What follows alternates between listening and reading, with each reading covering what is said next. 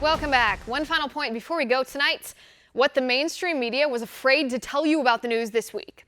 This week, while the mainstream media obsessed with disrespecting President George H.W. Bush's service dog, here are the things that happened that really matter.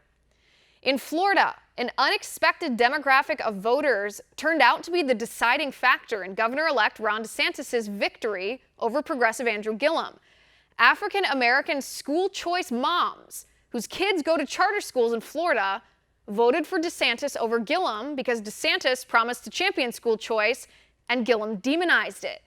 These black women are mostly registered Democrats who voted for Democrat Bill Nelson for Senate, but 100,000 of them voted for DeSantis for governor. DeSantis defeated Gillum by just 33,000 votes.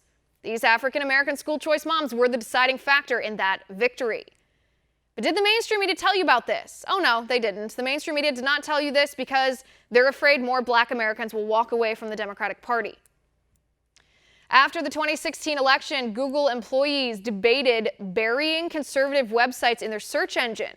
They said, we can't let the election of Donald Trump happen again. They claimed conservative online news outlets were not legitimate and therefore deserved to be buried. Did the mainstream media report on this? Well, of course they didn't. Instead, the mainstream media parrots the talking points from the left that social media bias against conservatives doesn't exist. Drag queen reading hours are popping up at public libraries all over the country. As the name suggests, grown men dressed in highly sexualized drag costume read stories on gender identity to preschoolers. These groups claim they're not indoctrinating children, but then one drag queen who proudly participates in these story hours admits that these events are grooming the next generation. That's a pretty significant admission. Some people might even call that indoctrination. And indoctrinating kids in an ideology that significantly raises their chance of committing suicide is a very dangerous thing to do. But did the mainstream media tell you this story? No, they didn't. So the left can continue peddling the transgender ideology for political purposes. Parkland student Peter Wang died on February 14th of this year during the massacre at Marjory Stoneman Douglas High School.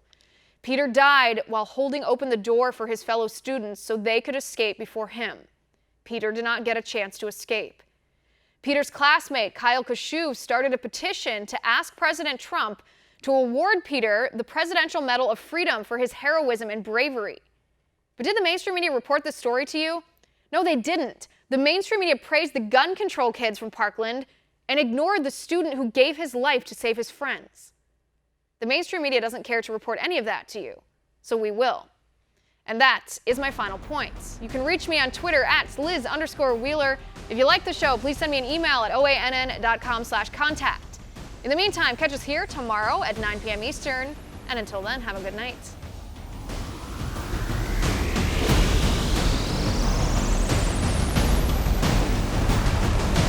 Want to see more videos like this? Click on the link below and subscribe to One America News on YouTube, and call your cable provider and kindly demand that One America News is added to your lineup. Call and subscribe today.